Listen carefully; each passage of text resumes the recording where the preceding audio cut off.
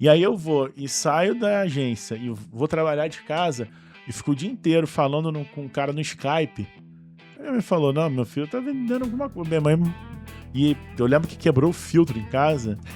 E aí eu paguei o filtro. E curiosidade, o filtro existe até hoje. E aí eu falei, mãe, deixa que eu pago. Ela, mas como assim? Como assim você tem dinheiro? Você tá em casa, como é que Eu tenho dinheiro. Aí eu, mãe, eu tô trabalhando. Eu tenho uma empresa. Ela, não, meu filho, você tá vendendo droga na internet.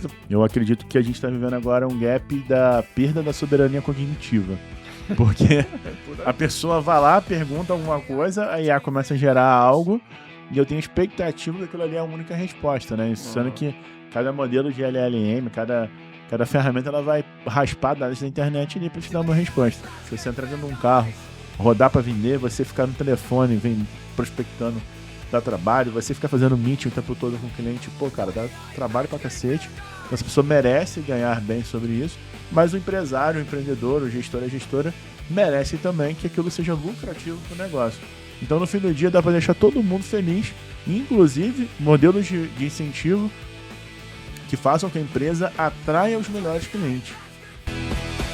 Teoria e prática em vendas. Não é sobre o que você sabe, mas sobre o que você sabe fazer com aquilo que você sabe. Bem-vindo ao novo episódio do Teoria e Prática em Vendas. Hoje nós temos aqui o Thiago Muniz. Thiago, que é meu, algumas vezes concorrente, algumas vezes, muitas vezes parceiro também e, acima de tudo, amigo que eu conheço há uns 15 anos. Thiago, obrigado pela sua presença. Imagina, obrigado vocês pelo convite, uma honra e, né, nunca concorrente, sempre parceiros, sempre parceiros. Mas e concorrente não é inimigo também. É isso aí. Bons concorrentes fortalecem a gente, né? Obrigam a gente a estar sempre na frente. Thiago, conta pra gente aqui, a gente geralmente começa perguntando o que trouxe você aqui, conta um pouquinho da sua vida, seu histórico, as pessoas querem conhecer. Eu mesmo conheço algumas coisas aí. Ouvi falar que a tua mãe achava que você vendia droga na internet. Como é que é essa história aí? Boa. Bom, eu comecei minha carreira na Coca-Cola, trabalhava lá no 0800 da Coca-Cola, com o que viria depois a se chamar Social CRM. Eu era responsável pelos scripts que as pessoas tinham que falar nos canais digitais e o telefone.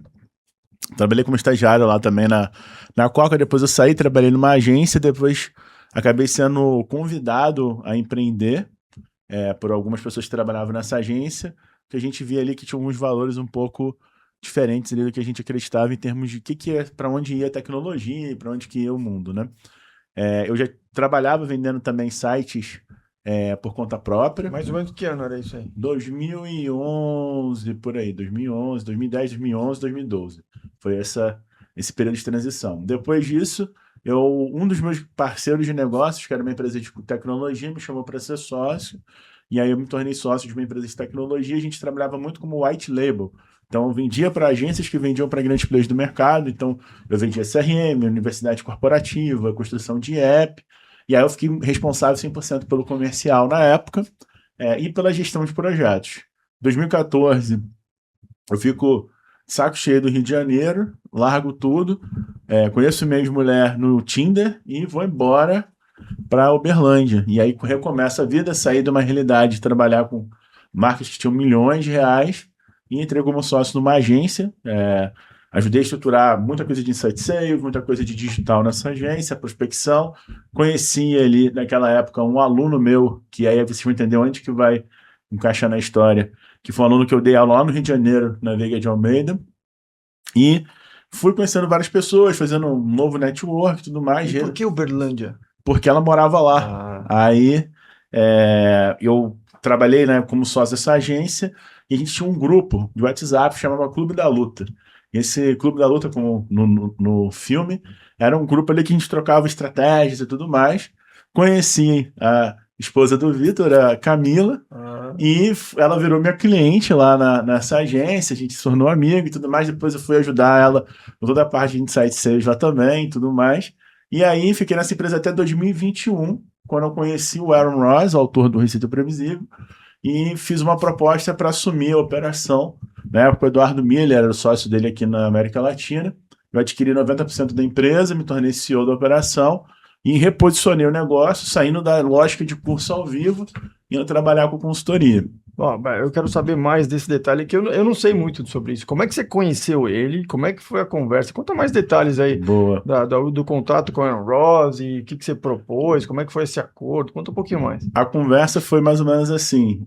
Eu falava inglês rudimentar, e eu fiz um plano de negócios para receita previsível, eu errei em algumas dezenas de reais só, quanto que a empresa tinha faturado naquele ano até então. Pedi para fazer uma conversa com todo o time, montei um mapa mental do Mas diagnóstico, isso com o Aaron?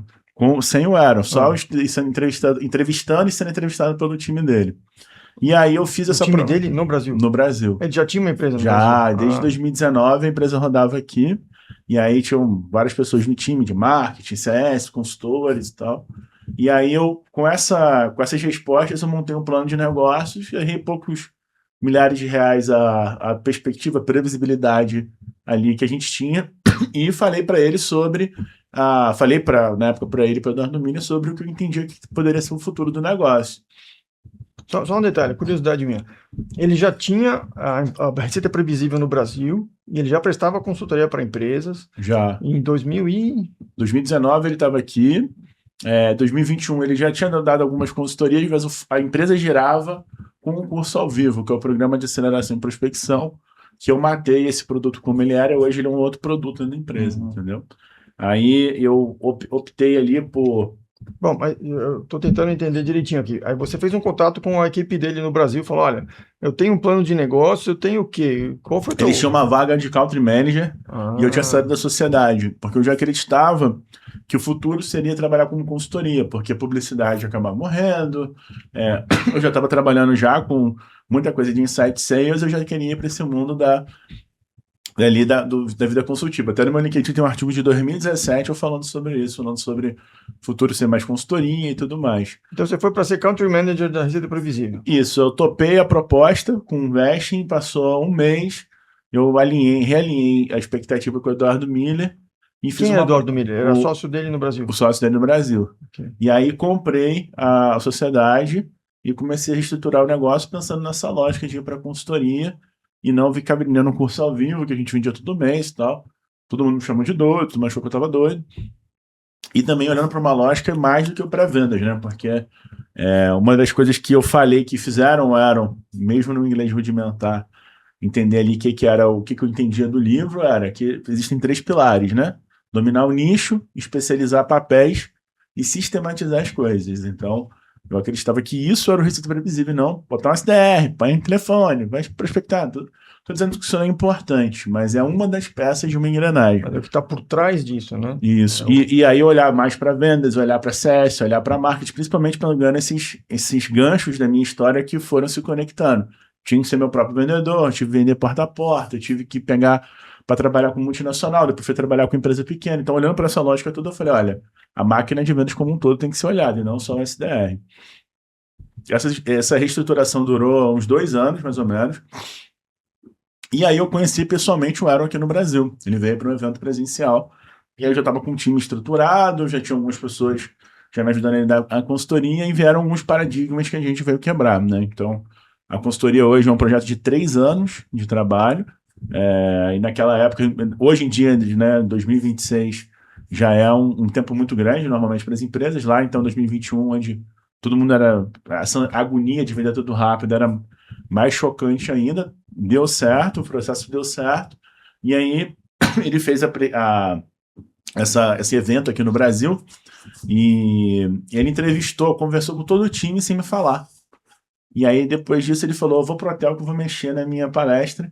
E ele criou a palestra que hoje é muito do que é o fio condutor do que a gente acredita, que é a cultura como vontade competitiva. Ele refez a palestra dele e começou a contar a história da gente no Brasil, e hoje a principal palestra que ele viaja. Nos últimos 2 anos ele foi para 17 países palestrando, e ele sempre conta o case aqui no Brasil.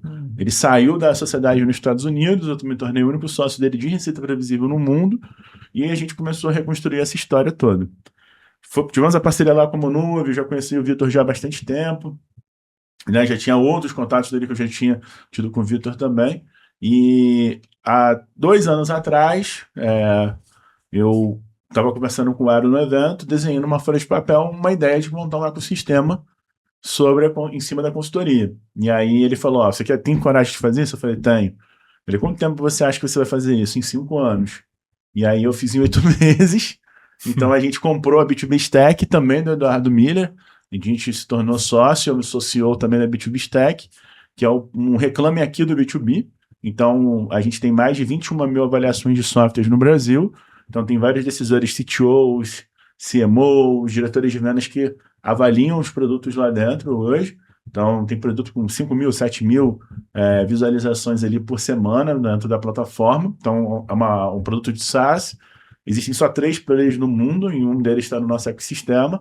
E adquirimos outras empresas também ali dentro desse processo. Comprei carteira de cliente de algumas empresas e fui reestruturando isso como um ecossistema de solução B2B, onde a gente tem consultoria, tem treinamento e tem tecnologia, tudo para resolver os problemas ali. Então, é uma holding aí, tudo ligado a vendas, Isso. growth, gerar demanda. Isso. Saímos de uma pessoa em 2021, agora a gente está com 37.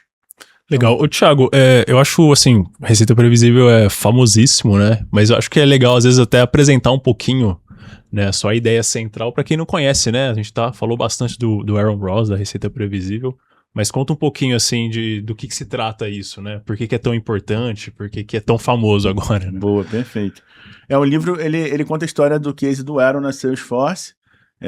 Ele teve uma startup que deu errado e ele falou que precisava aprender a vender, né? E ele foi trabalhar no 0800 da Salesforce, uma curiosidade, né? Eu trabalhei no 0800 da Coca, ele da Salesforce, e ele lá entendeu que ele precisava ter uma dinâmica diferente. Comprou um monte de livro de vendas e falou, bom, isso aqui é legal, mas não vai ser o que vai resolver o nosso problema.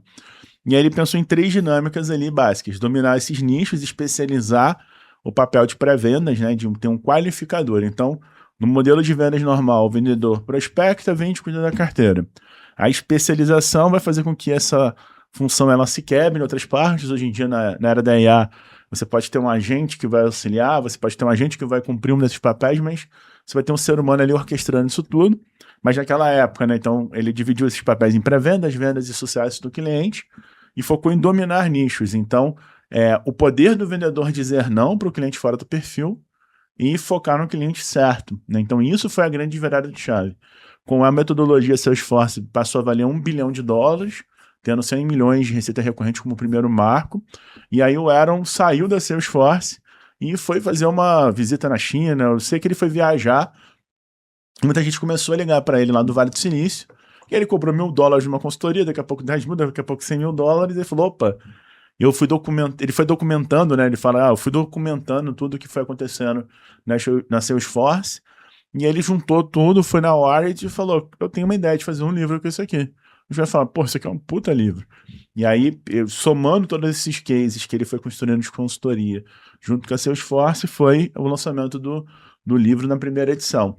Mais tarde, ele se junta com o fundador do SaaStr, que é o maior evento global de SaaS, que é o Jason Lenk, e cria o hipercrescimento em português, que eu particularmente gosto mais do nome em inglês, que é do impossível ao inevitável, em inglês, mas em português o nome do livro é Hipercrescimento, em que ele conta também como que você pode construir ali um processo de vendas mais escalável, e também virou um best-seller, e que é reconhecido como a Bíblia de Vendas do Vale do Silício, também esse livro, né? Então ele acertou 2 vezes ali na mosca ali para criar best-seller. Legal, esse segundo eu preciso ler. O hipercrescimento é muito bom. Para quem para as PMEs e para as startups, eu indico sempre o hipercrescimento. E para quem é uma estrutura mais, né, inclusive, mais na pegada do que a gente trabalha aqui na Actavox e tal, e o Receita Previsível é muito mais Receita Previsível, que vai falar de processo de vendas, ainda mais agora com mais um autor aqui incrível, mostrando um conteúdo que, gente, é mosca branca. Esse conteúdo, incentivo de vendas, é uma coisa que falta em literatura no mercado, até como professor também. Falta mesmo.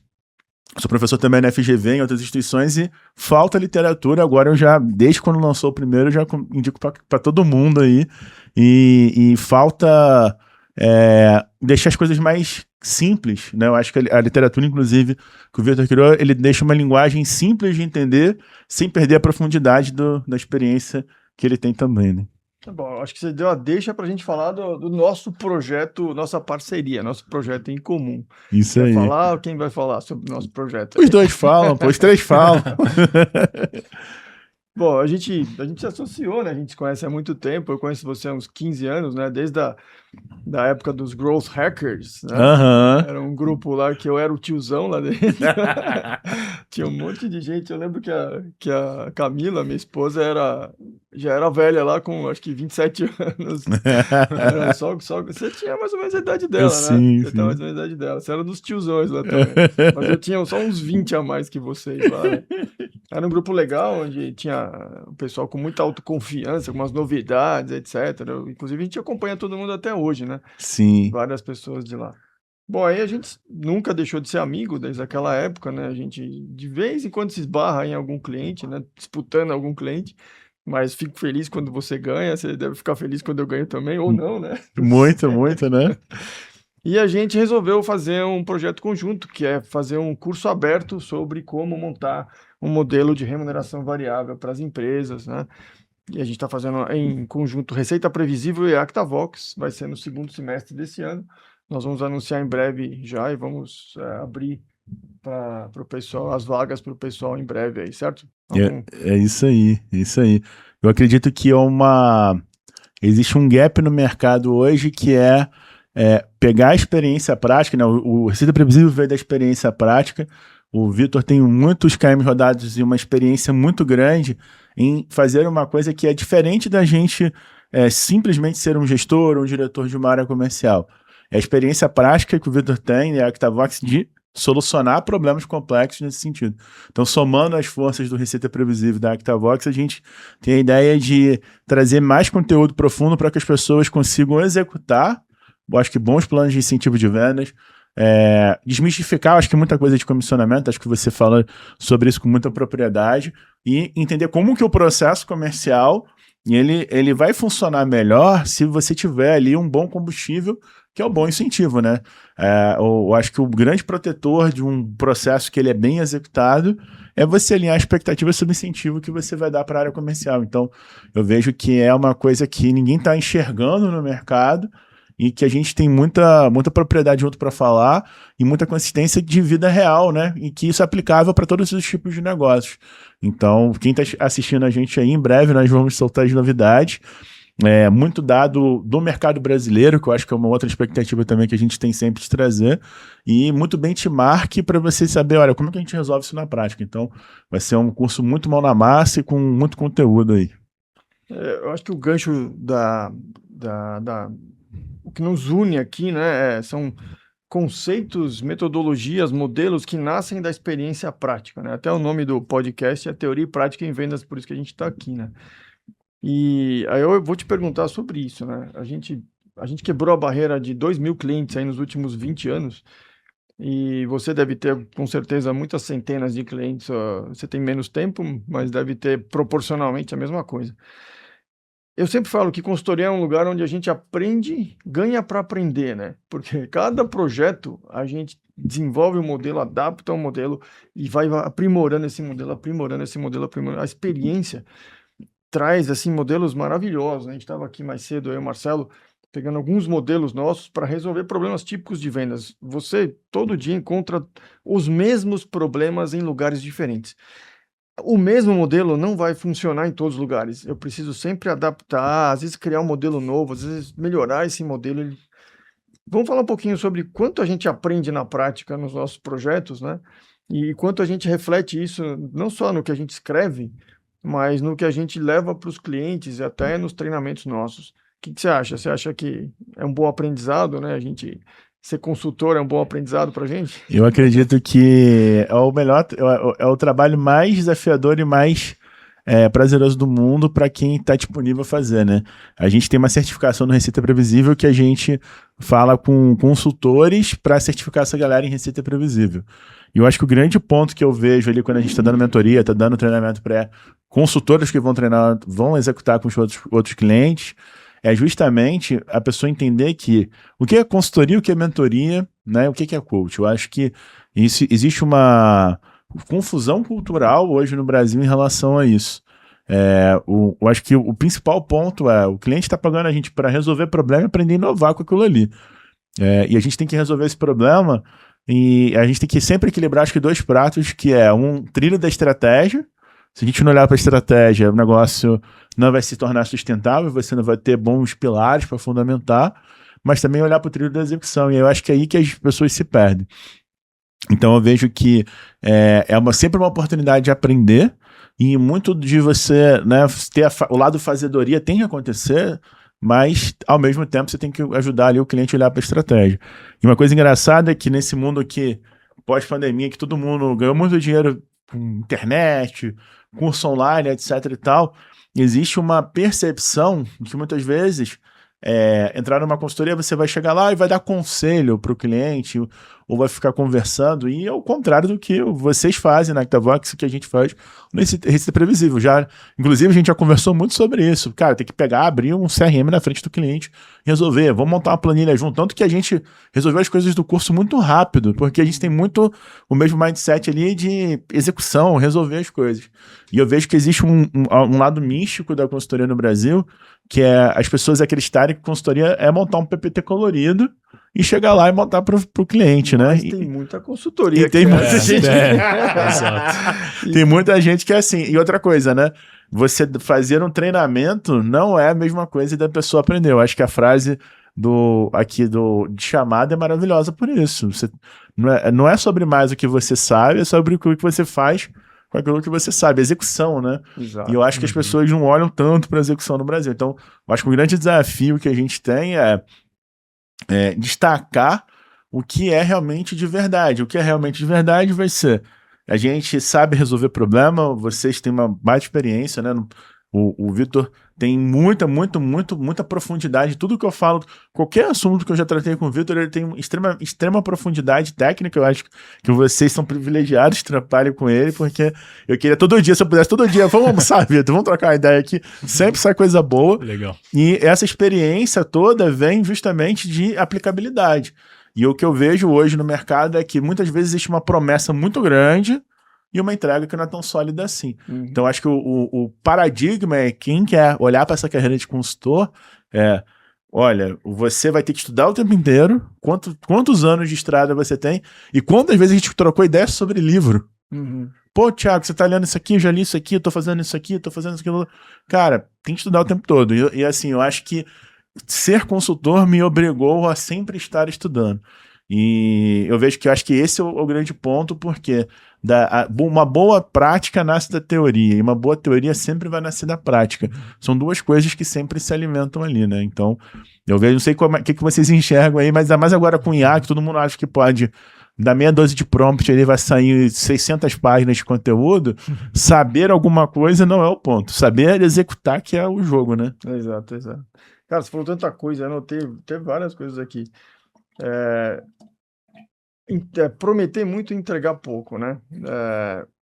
Felizmente, nós não somos assim, mas tem até uma cliente minha que vai estar assistindo aqui, que ela recentemente, ela foi nosso cliente há uns 7 anos atrás. Aí ela foi impactada pelo marketing de um concorrente nosso aí, e contratou o projeto e ficou muito insatisfeito. O pessoal foi pedir um feedback para ela e ela falou, ela é muito direta, ela sabe quem é. Ela chegou para eles: olha, vocês prometem tudo e não entregam nada. Aí o que ela fez? Ela entrou em contato com a gente de novo, ela lembrou da Octavox, sabe? Vou chamar lá a Octavox de novo, porque eles pelo menos entregam, eles sabem entregar. E esse nosso lado que é prático é fundamental. Até o nome da empresa vem disso, né? Que inclusive é uma explicação maravilhosa, né, dele, do nome. Toda vez que você fala, eu falo, porra, foda, muito bom. Mandei bem no nome, né? Mandou muito, não, muito bom, muito bom. Mas a história que eu conto é que esses clientes que você falou, essas consultorias que vêm e trazem PowerPoint, acham que aquilo é consultoria, eu contratei isso, eu fui cliente de consultoria, né? E até gostava e respeito, acho que a parte do Vox é muito importante. Mas eu perguntei para o consultor, como é que eu vou implantar isso aqui, né? O consultor super confiante, aí ele começou a ficar meio inseguro na hora que eu falei da execução. Exato. Eu preciso colocar isso em prática. A gente não é acadêmico aqui, né? Eu não vou escrever um livro e acabou. Eu preciso fazer meu cliente ganhar dinheiro com isso aqui. Exato. Preciso consertar, né? E essa parte da execução é importante. Você comentou também da parte do incentivo, né? Eu costumo dizer que a área de vendas é a locomotiva da empresa, né? É que puxa tudo. E o combustível da locomotiva a gente é um bom modelo de incentivo. Eu preciso fazer a locomotiva estar cheia de combustível lá para puxar o trem rápido, né? Bacana isso. Cara, e conta aí, você não falou ainda aquela história de vender droga pela internet. Que sim, é verdade, é verdade. Eu falei, eu vou te perguntar isso durante lá, cara. Porque o que aconteceu, né? Em 2011, quando eu saí da Coca-Cola e trabalhei nessa agência, quando eu montei a primeira empresa, a gente trabalhava home office, né? Então, primeiro que minha mãe começou a fazer oração, novena, porque eu saí da Coca-Cola Company e já foi uma doideira, né? Saí da Coca-Cola Company, eu era terceirizado lá, mas, poxa, tinha uma chancela e vivia dentro da matriz aqui no Brasil, né? Ali em Botafogo. E aí saí de lá, já fui para a agência, já foi um baque, né? E foi um baque financeiro que eu me preparei também, etc. E aí eu vou e saio da agência e vou trabalhar de casa e fico o dia inteiro falando com um cara no Skype. Aí minha mãe falou, não, meu filho tá vendendo alguma coisa. Minha mãe... E eu lembro que quebrou o filtro em casa. E aí eu paguei o filtro. E curiosidade, o filtro existe até hoje. E aí eu falei, mãe, deixa que eu pago. Ela, mas como assim? Como assim você tem dinheiro? Você tá em casa, como é que você eu tenho dinheiro? Aí eu, mãe, eu tô trabalhando. Eu tenho uma empresa. Ela, não, meu filho, você tá vendendo droga na internet, você tá fazendo alguma coisa. Eu, não, que isso, cara. Não, tá aqui, ó. Tem meus clientes e tal. Na época eu lembro que eu tinha um cliente que era um RP de contabilidade, né? E eu lembro que eu saí da agência, a gente começou a trabalhar, eu peguei muito mais cliente B2B do que B2C. E quando você vai estudar marketing no Brasil, vendas, principalmente marketing na faculdade, eu fiz publicidade e propaganda, depois eu fiz gestão de negócios e fiz inteligência competitiva de MBA, né? E na faculdade você tem uma ilusão que você vai aprender coisas de produto. Então você vai fazer uma campanha de uma água mineral, de um sabão em pó. Não, mas assim, se você parar para olhar, o mundo gira em torno de PMEs, né? E tem os médios que estão quase grandes, os médios que são quase pequenos e os PMEs mesmo. E se você olhar para essa galera, a maioria dos caras ou é B2B, são empresários que são B2B, ou são empresas de serviços, que também não tem porcaria nenhuma a ver com fazer um comercial na televisão. E aí eu expliquei isso pra ela. Não, mãe, eu estudei publicidade, mas eu tô trabalhando aqui, ó. Tem que ajudar o cara a vender mais sistema. Aí eu eu criei um CRM também, que foi uma ideia de jirico minha também. Fiz um CRM lá, a gente chegou a ter uns 25, 28 clientes, mais ou menos. Que ano isso, mais ou menos? 2013. Uns 13 anos atrás, né? 13 anos atrás. Fiz um CRM, falei, porra, não dá pra fazer isso não. E aí, como é que eu descobri? Eu percebi que eu tinha feito a lógica de contato, conta e negócios na minha cabeça certo. Mas eu não tinha explicado direito pro programador. Uhum. E aí ele fez um caos lá e eu falei, gente, é o seguinte, ó, tá aqui, eu acho que na época Pipe Drive, eu falei, ó, toma aqui o Pipe Drive e deixa essa parada pra lá. Mas assim... Sabe que eu fiz o meu CRM também não... Também não foi, não? Foi uma experiência parecida. Aí, na verdade, eu tentei fazer o meu. A gente fez numa grande empresa aí, que é a Serasa, e foi um baita sucesso, e eu quis transformar aquilo num produto. Isso foi antes do Pipe Drive, isso faz uns 18 anos, mais Muito ou menos. bom. O Pipe Drive tem 15, né? E aí eu falei, agora eu vou ter um produtão, porque foi um baita sucesso. Veio até a gente da Inglaterra ver o que a gente tinha feito aqui, né, o pessoal da Experian. E aí eu falei, agora eu vou desenvolver. Contratei um desenvolvedor. E aí eu especificava tudo tão bonitinho, o cara não entendia, aí gastei um dinheirão, desisti, contratei um outro desenvolvedor.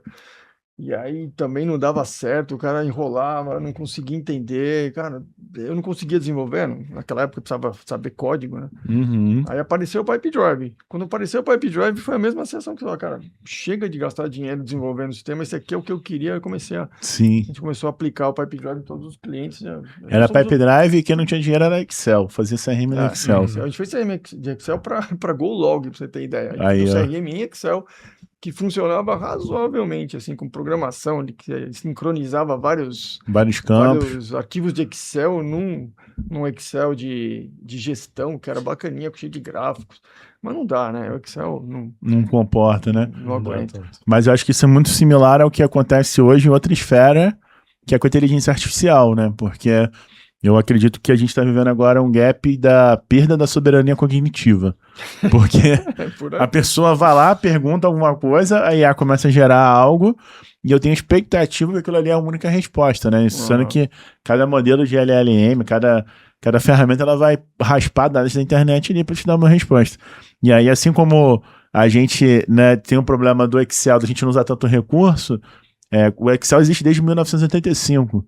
Né? Então, assim, quantas pessoas que a gente conhece que sabem fazer isso que você fazia, tabela dinâmica, PROC-V, PROC-H, é o mesmo para mim, vai ser com IA também. Eu acho que existe uma expectativa que a inteligência artificial nas vendas ela vai resolver problemas, mas esquecem do cognitivo das pessoas. Né? A gente tem um cliente que ele coloca IA em tudo quanto é coisa, e realmente é maneiríssimo para um monte de coisa, legal, mas parte do time dele externo, a gente faz tem uma API, ele manda um áudio e transcreve e joga no CRM. E aí, nesses tempos para trás, os consultores foram me mostrar lá o campo notas do CRM do cliente. Era assim, fui lá, visitei o cliente lá, tá tudo certo. Pô, beleza. Aí, pô, fizemos um maior trampo de automatizar, mexer com a API para jogar no CRM. Só que o cara não entendeu ainda, o vendedor e a vendedora não entendeu ainda que se ele não organizar a cabeça dele, pode ter Not Talker que vai entrar na reunião para transcrever, pode ter IA no WhatsApp que vai transcrever não sei o que lá, mas se o ser humano não olhar para aquilo ali, ele vai se perder, né? Não tem jeito. Acho que tem duas situações, né? Uma, dele achar que a IA vai adivinhar as coisas, né? Uhum. Fala para mim o que, sabe, você não passa a informação, como é que você quer que o output seja bom? E o outro é que, quando você faz isso, você pode atrofiar muitas coisas do seu cérebro, realmente. Você pode gerar uma preguiça total, né? Eu falo assim que a geração do meu pai fazia conta de cabeça. Ele fazia contas super complexas de cabeça. O nosso cérebro é capaz de fazer contas super complexas de cabeça. Mas quando inventaram a calculadora, o ser humano desaprendeu a fazer conta de cabeça. Hoje você vai fazer uma conta aí de 12 mais 38 e você tem que pegar a calculadora. O pessoal não consegue. E o pessoal foi atrofiando. Por exemplo, GPS. A geração do Marcelo aqui, a geração do Bruno ali, eles não vão na padaria, assim, no Waze, se meu trabalho fosse 100% presencial, estaria perdido aí, seriamente comprometido. Se não tivesse o Waze, né? Se não tivesse GPS, sim. E o mais louco é taxista também agora, hoje em dia, assim, né? Taxista, cara. E a pessoa chega e é o que você falou, que é a pessoa desaprendeu, né? Desaprendeu. Uma vez eu peguei um táxi, era um senhorzinho, e ele falava assim, 7893. 89845 12, 13. Moço, posso te perguntar um negócio? O que você tá fazendo? Eu falei, cara, será que é um tipo de reza que eu não tô entendendo, né? O cara é maluco. Pô, o cara tá dirigindo, né? Ele, não, meu filho, eu tô decorando placa e fazendo soma, porque o médico falou que é bom pra minha cabeça. Porque eu tô olhando muito pra GPS, eu não tô pensando mais.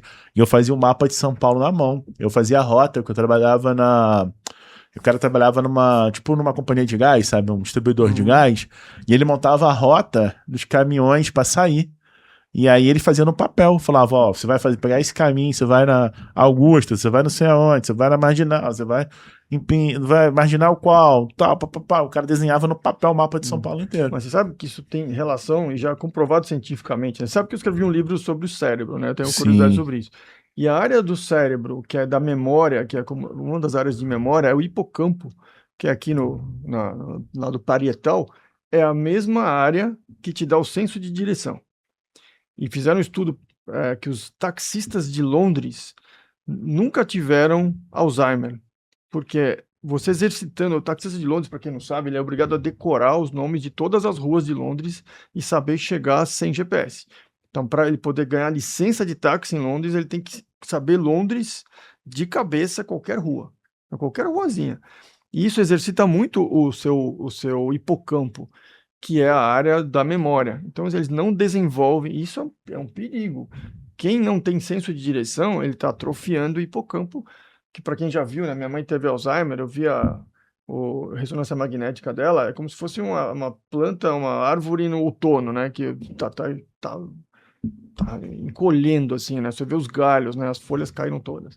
É como o que acontece se você não exercita o seu hipocampo. E eu desligo o Waze. O pessoal tem Fui levar uma amiga minha pro aeroporto, ela, você é que nem meu marido, né? Você não liga o Waze? Eu falei, não, eu vou de cabeça. Eu quero exercitar o meu cérebro para saber caminhos, aí eu faço desvios de cabeça, porque eu preciso fortalecer o hipocampo. Sim. E isso é importante, realmente, a gente está atrofiando. E isso tem muito a ver, eu acho que também, avanço da tecnologia, porque você tem hoje redes sociais que você tem um loop infinito, então você treina o seu cérebro para não prestar atenção, porque você tem gatilhos a cada 3 a 15 segundos que mantém ali você ali. Né? A gente tem números, né? A atenção humana que é de 2,5 minutos para menos de 50 segundos, a atenção média do mundo. Né? Cérebro podre foi uma das palavras, eu acho que do ano passado, do dicionário Oxford. Eu vi outro dia um neurocientista falando sobre sonho. Eu faço essa pergunta direto em palestra. Palestra de vendas, você pergunta de sonho? Pergunto, porque eu falo pra galera assim, levanta a mão aqui quem lembra do que sonhou essa semana. Normalmente é uns 20%, 30%. Porque as pessoas consomem tanta informação que elas não lembram do que estão sonhando. Isso bate o quê? Na sua criatividade, no seu senso crítico. E eu acredito que esse é o grande gap hoje, porque se você pegar um vendedor pouco experiente ou muito experiente, o que vai diferenciar são, acho que, os caminhos, né? A intuição, né? O Vitor vai ter uma intuição muito mais apurada do que a minha, eu vou ter mais apurada do que o Marcelo, porque eu já vivi quilômetro KM rodado a mais que você. E o Vitor tem muito mais KM rodado do que eu, no sentido de viver soluções diferentes. Então, a sua intuição vai ser mais apurada que a minha. E vice-versa com o Marcelo. Uhum. E o que acontece? O sênior, ele tem poucas opções, né, Vitor? Quando você pega um problema para resolver, você já sabe, o caminho é esse, o caminho é esse. No máximo 3 alternativas ali. Lá, 10 anos atrás, há 20 anos atrás, quando a gente ia pensar na consultoria, você, como é que eu vou resolver esse problema agora? E o que está acontecendo com o vendedor médio normal? Como eu tenho muita informação ao meu redor, eu presto atenção naquilo que é mais interessante ou no que parece fácil e esqueço de fazer o básico. Então, vou sair de uma reunião, vou registrar alguma coisa no meu CRM, eu vou organizar minha cabeça para falar com o cliente, sabendo que pessoas hoje cada vez mais, né? Pessoas com cargos iguais em empresas diferentes têm comportamentos totalmente diferentes, com responsabilidades totalmente diferentes. Então, assim, pode ser um vendedor que vende um produto de alto valor agregado ou de baixo valor agregado. Se você não pensar, aí você vai ser substituído pelo AI. Eu fiz até um post ontem no LinkedIn sobre isso. Eu peguei todas as vagas abertas de vendedores e SDRs e CS na Anthropic, na OpenAI, em várias outras empresas de tecnologia. Eu fiz uma relação de número de vagas abertas para quantidade de funcionários. A OpenAI foi com a maior, né, a maior margem ali, se não me engano, era 1 para cada 300, era muito distante, né? Quando que você olha aí para a SaaS, por exemplo, a Monuve, né, lá com a Camila, normalmente quando você está em crescimento, você tem uma estatística média de 1 para 40, ou 1 para 50, ou chegando até 1 para 80. Mas a OpenAI tem, assim, milhares de usuários, etc e tal, enfim, não vamos entrar nesse mérito, mas uma grande questão muita gente está vendendo para você que você tem que montar o seu atendimento totalmente automatizado, mas ele está com vaga aberta para contratar ser humano. E eu acho que o grande gap comercial agora vai ser pessoas, e por isso é importante a gente olhar para incentivo de venda, porque o que faz uma boa cultura são pessoas interessadas. E tudo bem que existem, acho que todo mundo tem direito de escolher seu caminho, mas o que eu vejo que está muito desafiador é que se olhar para outras profissões, isso já aconteceu. Né? Outro dia eu estava vendo no Instagram o dono de uma grande construtora, o cara falando sobre contratar pedreiros. Ele falou que ele não consegue, porque o pedreiro que está lá na obra com ele tem muita experiência, mas o filho desse pedreiro ele prefere rodar de Uber do que ir trabalhar na obra. Né? Ou então tentar vender alguma coisa na internet. Estudar direito, né? E vai ficar desempregado. Exatamente.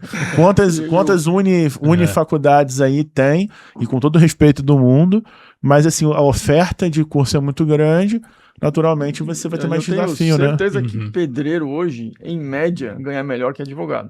Com certeza. Porque pedreiro é uma coisa essencial que tem...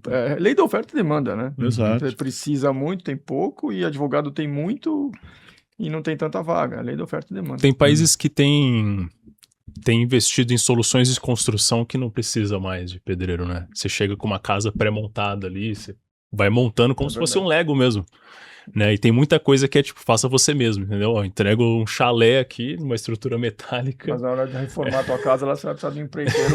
Talvez. Se não Talvez. tiver, você tá ferrado. Mas é isso mesmo. E aquela coisa é mais chique ser advogado do que ser pedreiro. Mas, cara, eu prefiro isso. O pedreiro tá andando de carro novinho ali, reformou a casa, tá morando bem, e o advogado não tá indo tão bem. Sim. Então a gente precisa atualizar, né? Mas é legal esse assunto da perda da soberania cognitiva, é um bom termo esse daí. Porque eu fiz economia, né, e a gente sempre estudou ali, pelo menos a partir do século XX, tem um economista chamado Schumpeter, que ele fala de destruição criativa, né, que ele já reconheceu que no capitalismo a inovação sempre varre a estrutura existente e nasce novos mercados, né, com base nessa destruição criativa. E isso, assim, é muito evidente, né? E hoje essa destruição, ela sempre empurrou as pessoas para funções que elas precisavam usar mais a cognição, né? E a automação ali acabava sendo tudo automático. E parece que com a IA, as pessoas têm que tomar um cuidado muito maior agora, né? Porque, como você falou, parece que a cognição pode estar em risco pela primeira vez, né, de verdade. Então as pessoas têm que realmente se preocupar em adquirir um progresso técnico para se manter competitivo, né, seja em venda, seja em qualquer mercado, né. A gente já tem comprovadamente a primeira vez que a geração tem um QI mais baixo que a anterior, né? Exato. Você tem menos problemas para resolver, é mais passiva, né? Eu acredito que, inclusive, eu acho que você tem uma relação que você não lida com desconforto. Então pensa assim, Isso é. Você cancela qualquer coisa no celular, você pode qualquer coisa, você está o tempo todo sendo vigiado quando você é uma criança, né? Você que tem filho pequeno, o tempo todo a gente está vigiando ali, né, na escola e tudo mais, e existia algo místico que formava a gente, que é desde a infância, por exemplo, você colar numa prova, ou alguém colar de você na prova, você esqueceu o trabalho da escola, como é que você lidava com aquele problema quando seu pai e sua mãe não estão perto de você? E eu, como professor, ensinando jovens adultos, muitas vezes, né, dentro do MBA ali, você tem uma parcela de gestores já com seus 26, 27, 28, eu já percebo um choque, porque de quando eu dava aula na FGV em 2014 para cá, por exemplo, eu vejo que existe uma diferença muito grande no perfil de aluno, e que eu não estou falando que é bom ou pior, mas que a forma como a pessoa organiza a sua cabeça é diferente e ela tem menos recurso e tranquilidade para lidar com o caos. Porque o mundo é caótico, né? O mundo é imprevisível. Uhum. O que a gente faz no nosso trabalho é organizar aquilo que nós controlamos, que é o processo. Mas a gente não manda se vai chover ou vai fazer sol. Para onde vai o dólar? Para onde vai o dólar, se o Trump vai acordar de manhã querendo explodir um país ou não. Né? Então, assim, a gente tem que organizar aquilo que a gente controla.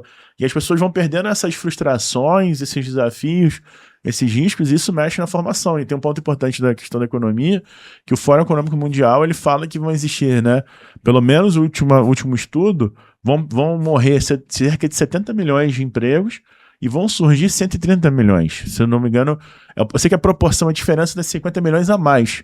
Só que quem vai ocupar esses empregos? Né? Como é que a gente vai fazer com essas pessoas? Porque muito trabalho operacional vai parar de existir. E eu acredito muito que o gap entre júnior e sênior vai aumentar. Porque como é que eu me torno sênior? Fazendo merda, errando, fazendo certo, errando de novo, faço merda de novo, acerto de novo, e aí eu me torno sênior, eu tenho uma capacidade de fazer aquilo. Não estou falando de tempo de carreira só, mas de experiência prática, né? E se a IA faz tudo para mim, e eu não posso, né? Ninguém pode me questionar, ninguém pode minha liderança não pode falar que eu estou errado, senão é assédio, eu não posso falar que eu errei, porque eu sou... né? Eu vejo que a gente está vivendo uma era em que a inteligência do outro às vezes ofende, principalmente em times comerciais, assim. Poxa, não, mas Você não pode se destacar, você tá querendo me fazer Exatamente. a mão na fita aqui. Exato, a pessoa se incomoda Você isso. tá vendendo muito, cara. Pô, tá ficando chato pra mim. Entendeu? Tipo, mas eu não consigo acompanhar. Né? Uma bengala que eu vejo que começou a existir muito e que não existia era a liderança é liderança porque ela é rápida demais. Porque esse gestor, ele usa muito IA, aprendeu muito, mas ele é porque ele é nerdão e ele consegue. Não, cara, peraí. Aprenda a lidar com a frustração, mas a gente vai ter meses bons e a gente vai ter meses ruins e tá tudo bem, né? A gente vai resolver, né? Então acho que existe esse colapso que é como que a tecnologia ela vai trazer bons recursos, né? O uso pra caramba, a gente usa pra caramba no Receita, vocês usam pra caramba na ActaVox, mas como que esses recursos são úteis para que você mantenha a sua soberania cognitiva, para que você não se perca no uso da tecnologia, senão você vai realmente, como o Vitor falou, atrofiar também, né? Várias partes do nosso cérebro já são atrofiadas. Loucura. Você acha que as vagas mais júniores de venda podem estar comprometidas? Se uma porta de entrada para a empresa é um SDR, né? Ou às vezes uma vaga mais júnior ali, de estagiário em vendas, seja fazendo o quê? E você tem um agente agora que faz o primeiro atendimento, a empresa já está buscando alguém mais sênior necessariamente. O que você acha disso aí? Boa. Eu acredito que existe um problema prático que é a inteligência artificial ela já está ocupando camadas que vai substituir o ser humano. Isso é um fato concreto. Venda transacional, é mais fácil eu ter uma IA. Certos tipos de vagas de SDR, elas podem ser substituídas por IA, principalmente se for uma pessoa que entender ali o inbound, né? O SDR inbound, que é o MRR, que a gente chama, que é o cara que recebe os leads do site. Já existem inteligências artificiais muito boas que vão atender por vídeo, vão atender por mensagem, vão mandar áudio, ligar, e funciona bem. Só que a grande questão toda vez que o nosso comportamento muda, o comportamento do cliente também muda, né, enquanto vendedor. Então, assim, a Spin Selling, por exemplo, quando o livro foi lançado, funcionava de um jeito. Hoje, o P tem hora que vem primeiro do S, que vem depois do I, e depois do N, depois a gente vai repetir. As coisas são muito mais aleatórias. Então, a única trava de substituição que eu vejo é a aderência humana a certos processos. Vou dar um exemplo prático. Quando saiu aqueles vídeos lá do Google, lá, né, de você mandar uma linha de código e sair um vídeo. Aí saiu lá Moisés abrindo o Mar Vermelho e o Neymar fazendo embaixadinha e tal. Os primeiros ali, eu fiquei meio abalado. Falei assim, cara, ferrou. Assim, acabou. Daqui pra frente agora é só ladeira abaixo. Aí depois do segundo eu falei, porra, mas isso aqui tá com cara de A. E aí daqui a pouco você começa a perceber que o seu próprio cérebro começa a perceber características que indicam que é IA, por mais que ela não cometa erros. Então, o que é um erro clássico, né? Você vai fazer um vídeo totalmente de IA, vai ser uma mão com 6 dedos, borrado, né? Tudo bem, mas mesmo assim cometer esses erros, dá pra gente perceber certos comportamentos no áudio, o nosso cérebro começa a reaprender. E a partir do momento que o nosso cérebro começa a reaprender, a gente começa a aceitar ou negar certos comportamentos. Exemplo disso é usar chatbot. Eu lembro de 2014, eu e o Vitor conversando, em 2015, a gente conversando sobre chatbot. E fazendo coisa com chatbot, e agora virou um assunto de novo. Mas a aderência ou não está muito mais no ser humano da outra ponta. Então eu acho que isso é um dos pontos que podem frear a substituição. Mas ela vai existir sim. E aí, respondendo a parte do júnior em si, esse júnior ele vai ter que aprender outras coisas além de pegar um telefone e ligar. Então ele vai ter que aprender a usar a IA para fazer um prompt, ele vai ter que aprender a automatizar uma parte dos processos. Então eu vejo que o futuro do SDR é muito mais um LDR, que a gente chama, que é o cara que gera lista, faz inteligência uma comercial. Parte investigativa mais profunda. Isso, né? E consegue operar várias stacks, e você vai treinando e orquestrando vários agentes que vão te ajudar naquele processo. E existe um outro tipo de SDR que ainda vai existir, que é o SDR que vai lidar com pessoas de alto valor agregado, né? A gente vai falar com o diretor financeiro do Santander, desculpa, ele não vai falar com inteligência artificial, ele não vai dar atenção para inteligência artificial. Você vai falar de uma venda de uma indústria de alumínio, não é que você não possa, essa pessoa não vai querer do outro lado falar. Então, vai existir um teto de maturidade relacionado a O perfil do outro lado, né? E assim. isso, o perfil do outro lado, entendeu? E aí esse perfil uma hora fica mais sensível, outra hora fica sensível. É igual aquela lógica, né? Ninguém no meu mercado tem telefone. Pô, cara, impossível. A gente fez uma pesquisa agora com mais de 1.500 respostas aqui no Brasil. 90% das reuniões de vendas são agendadas por telefone. Então, pera lá. Óbvio que vai existir um momento de mercado que LinkedIn, por exemplo, vai ficar insuportável. Agora, comente aqui cebola, né? Comenta aqui alguma coisa para receber alguma coisa. Eu, de vez em quando a gente faz esse post lá na empresa e tem gente que nem me cobra. O cara vai lá e comenta, eu quero. A pessoa nem lembra, nem manda um inbox. Como é que eu acesso isso? Né? Então, isso virou um novo e-book. Então, óbvio que uma hora ou outra, existem saturações naturais de mercado, mas você, como economista, sabe, o próprio mercado ele vai se autorregulando em comportamento e aquilo morre por um tempo e outra coisa nasce, daqui a pouco isso morre. Aquilo que funcionava, não funcionava também, volta a funcionar. E-mail mesmo. E-mail, a gente tá agendando uma porrada de reunião por e-mail. E eu fiquei uns 2, 3 anos aqui, ó, só telefone. E agora voltou a funcionar, né? Então, são ciclos que sempre vão ir e vão voltar. O Victor comenta bastante da reciclagem, principalmente de vocabulário, né? Dentro do mercado, assim, corporativo em vendas, que cada 5 anos ali as pessoas trazem novidades. O SDR já existia antes. Exato. De lead qualifier, Isso. 25 anos atrás, aí depois entrou o SDR. Vários nomes vão sendo reciclados aí. Tiago, você falou uma coisa que eu notei aqui, que eu acho interessante, que tem a ver com a pergunta do Marcelo. 70 milhões de empregos vão sumir, 130 vão surgir. A grande questão é que os que vão surgir, as pessoas que vão ser eliminadas, uma grande parte não vai conseguir assumir os 130 milhões que vão surgir.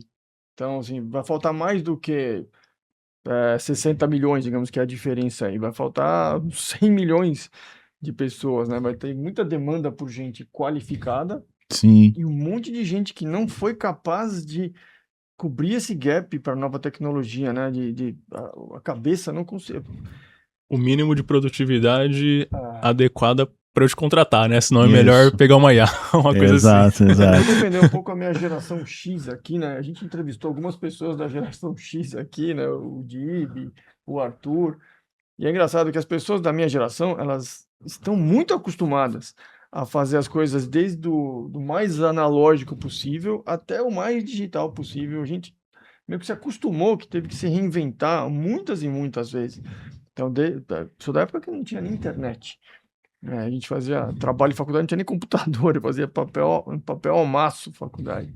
Então, a gente precisa, uma das dicas que a gente costuma dar aqui, né, exercitar seu cérebro, cara. Você chamou de destruição criativa, né? Schumpeter. O Schumpeter. Cara, culto, sócio culto pra caramba. Rapaz. É muito isso. Você tem que se desprender daquilo que você estava muito apegado. E a gente sabe disso, né? Porque 15 anos atrás, a gente estava num lugar lá juntos, né? Os Growth Hackers, onde era o Edge, né? Era a fronteira da modernidade. E você sabe, eu sei também, tem muita gente daquela turma que já ficou ultrapassado. Exatamente. Que ficou preso naquele modelo e não soube destruir e reconstruir um novo. A gente tem que se desprender do antigo. Isso, perfeito. Tem gente que é 20 anos mais novo que eu, que já ficou ultrapassado. Porque não sabe e ficou agarrado naquilo, né? Isso é fantástico, isso que você falou, porque o que eu vejo ali, principalmente aquela galera que a gente trabalhava muito juntos, tinha essa comunidade, vamos dizer assim, é que primeiro elas ficaram apegadas muito a modelos que não necessariamente vão funcionar da mesma forma hoje em dia. O Receita Previsível ele funciona bem porque ele é um método que se adapta ao negócio, por isso que ele continua vivo hoje, senão ele tinha ficado também para trás, né? Tanto que é um livro que continua vendendo muito bem por isso. O livro de incentivo de vendas, toda a metodologia que você traz é uma coisa que você gera uma aplicação e aplicabilidade que, se você tiver IA ou papel de pão, você vai conseguir fazer ali o que você está falando. E o que eu vejo que aquela galera era muito apegada à ferramenta. Como se a ferramenta ela fosse gerar aquela oportunidade. O meio virou um fim, né? E a gente naquela época, se você parar para pensar, existia uma vantagem competitiva que era pesquisar bem em inglês. Porque muitos daqueles caras ali, eles conseguiam fazer uma busca booleana, né? Para quem não sabe, lá fazer uma busca com código lá no Google, e achavam ferramentas mais rápido, muitas delas em inglês, isso, né? Que a língua é uma barreira, E hoje em dia com a IA, isso melhorou muito, isso foi encurtado. Né? Eu sempre falo, até quando eu vou dar aula também, que o conteúdo que eu vou falar ali, se você olhar bem no YouTube direitinho, perguntar para umas 2, 3 IAs, você vai achar umas coisas bem legais. Agora, o lance é a minha organização. Por exemplo, eu estava dando aula de gestão de conteúdo, né? Como que eu mostro para uma empresa que produzir conteúdo, gravar um podcast, fazer textos de blog, como que eu provo para uma área de negócios que investir em marketing nisso é bom? Isso é uma coisa que não vai estar na internet, isso eu te garanto. Se virar pro Vitor e falar, ó, como é que a gente desenha, Vitor e Marcelo, um bom incentivo de vendas para uma empresa de turismo e uma indústria. Vocês sabem que vai ser muito diferente dentro das variações de mercado que existem. Então, eu acho que esse é o grande ponto que as pessoas ali não entenderam. A sua reflexão é fantástica, que é a inovação não está na ferramenta, né? A inovação está na capacidade de se reinventar o tempo todo, né? Então, E se reinventar é se desprender de algo que era muito caro para você, né? Você se apoiou, você se identificava muito com aquela ferramenta, por exemplo. E aquela ferramenta ficou obsoleta, aquele modelo ficou obsoleto. Se você não se desprender, ó, chega, viro a página, vou aprender tudo de novo, vou começar do zero. É mudança de paradigma, né? Muita gente não consegue adaptar ao novo paradigma porque está preso ao antigo. Pô, já fiquei relógio, né? Os suíços quase acabaram porque quando alguém trouxe para eles lá o relógio digital, eles falaram, isso não é relógio. Relógio tem que ter catraca, tem que fazer tic-tac. A gente está aqui há séculos fazendo isso e quase quebrou, né? E foi um suíço que inventou o relógio digital. O pior foi isso, né? E aí ele foi para o Japão e vendeu o relógio digital e quase quebrou a indústria. Então, essa mudança de paradigma hoje acontece de um mês para o outro. Naquela época era de uma década para outra, exatamente. Agora, se você não tiver muito ágil e se desprendendo daquela ferramenta ótima que você conhecia, você vai ficar para trás, cara. E ao mesmo tempo é entender o que é sólido, né? Porque você ao mesmo tempo tem muita coisa que acontece. A essência continua. Né? O fundamento ele continua. Então, os fundamentos eles continuam sendo válidos, né? Por isso eu acho engraçado quando a pessoa fala, não vou fazer mais faculdade. Tudo bem, você pode ter um baita sucesso. Mas eu tenho certeza que você aprenderia coisas na faculdade que você acha que você não vai utilizar, mas elas vão te preparar para várias conversas que você vai ter no futuro. Então, acho que existe uma expectativa que o tempo gasto para você aprender algo vai reduzir e que você vai fazer as coisas mais rápido. Eu acho que essa corrida infinita por fazer coisas mais rápido e fazer muito rápido, isso criou uma cultura em que, né, essas promessas over delivery que a gente estava falando naquela hora da sua cliente que, né, falou ali da promessa over delivery, cria um espaço... Over promise, under delivery. Exato. Cria cria um espaço para que você crie um ambiente onde as pessoas não têm paciência para fazer o simples, que é fazer, repetir aquilo, repetir até tempo suficiente para você ter número. Isso aí. Depois que você tiver número, você vai tomar a decisão se você continua, se você para. Perfeito. Porque não tem como. É isso, né? No fim do dia é isso. Pode botar IA, pode botar o Apollo, pode botar o CRM que você quiser, os novos, ChatGPT, pode botar o Cloud agora que tá na moda também, né? Pode botar a ferramenta que você quiser. No fim do dia, quem muda aquilo é o ser humano. Eu já tive cliente que tinha todas as ferramentas do mundo e deu tudo errado. Eu já tive cliente que não tinha nenhuma ferramenta que deu certo, né? Eu acho que lá na própria Monube, né, que a gente trabalhou lá junto, quando a Camila me chamou lá para trabalhar, eu falei, cara, ela é coordenadora do curso de prospecção ativa da Conk. O marido dela é uma das pessoas que são referência para mim. O que eu vou fazer nesse lugar? E a gente junto, 3 cabeças funcionando, a gente pensou nas ideias ali que a gente ia fazer. Então eu vejo que as pessoas têm essa ilusão que uma ferramenta isolada ou que uma solução definitiva. E é muito, acho que, olhar para uma outra mentalidade também, que é entender que você trabalha com vendas, trabalha com marketing e integrando essas coisas, existem sempre fogueiras que vão acontecer, sempre incêndios. Então tem incêndios, o Aaron fala que tem uns incêndios que são únicos e que acontecem e param, e tem incêndios que sempre reaparecem na sua operação. E se você não entender que isso acontece, você nunca... Não vai ser ActaVox, não vai ser receita previsível, não vai ser ActaVox, receita previsível, não vai ser o método XPTO que vai resolver teu problema. Porque o que a gente faz é ensinar a lidar com o problema. Não é que você nunca mais vai ter. Né? Você vai ter... não tem entrevista de emprego à prova de caráter, por exemplo. Você vai lá, entrevista a pessoa, faz tudo, faz teste, mas a gente não sabe se amanhã ou depois a pessoa vai entrar na empresa e vai fazer uma cagada, né? Então, existem coisas que vão continuar sendo imprevisíveis e que a gente tem que aprender a lidar com elas, para aprender lidar com elas, lidar com o cérebro, escolher a ferramenta certa e entender que não tem bala de prata, né? Eu acho que é A isso. receita é previsível, mas o mundo não é, né? Exato. O mundo é de ter ferramentas para ter boas decisões numa imprevisibilidade, né? Então, eu acho que inclusive a ideia do livro, eu acho que era mais essa quando o Aaron fez, que foi, beleza, eu posso ter 100 contatos, vão virar 50 leads vão virar 10 reuniões vão virar uma venda. Tá, mas isso não é o segredo. O segredo é como você faz com que isso funcione. Senão você vai lá e a pessoa vai falar que você agendou a reunião por agendar, prometeu que vai fechar a venda por prometer, né? Quantas vezes a gente entra numa operação, né? Nós todos aqui entramos numa operação e você entrar na reunião com o vendedor, quanto você vai vender semana que vem? 100 mil. Pode botar aqui no forecast? Pode botar 100 mil. Fica na semana e aí? Pô, então, o cliente quebrou o pé e foi pra Conchinchina e tal, tá, mas quanto você vai vender? Pô, não, 20 mil só. Entendeu? Então, assim, se isso não tiver calibrado tecnicamente e culturalmente, pode botar a ferramenta que for que a previsibilidade não vem. Agora, se você faz isso, a previsibilidade vem também. Tiago, eu notei aqui também sobre a essência das coisas, né? Se você não sabe, e a essência geralmente está ligada ao ser humano. Enquanto nós, humanos, não formos totalmente substituídos pela IA, né? Enquanto isso não acontece, a nossa essência que vale, né? E principalmente em vendas, né? Porque venda a gente fala que acontece dentro da cabeça do cliente, eu preciso entender a cabeça dele. E aí a gente esquece dessa essência, né? E o pessoal quer fazer um prato super elaborado e não sabe fazer o arroz com feijão. Então a gente tem que conhecer o arroz com feijão.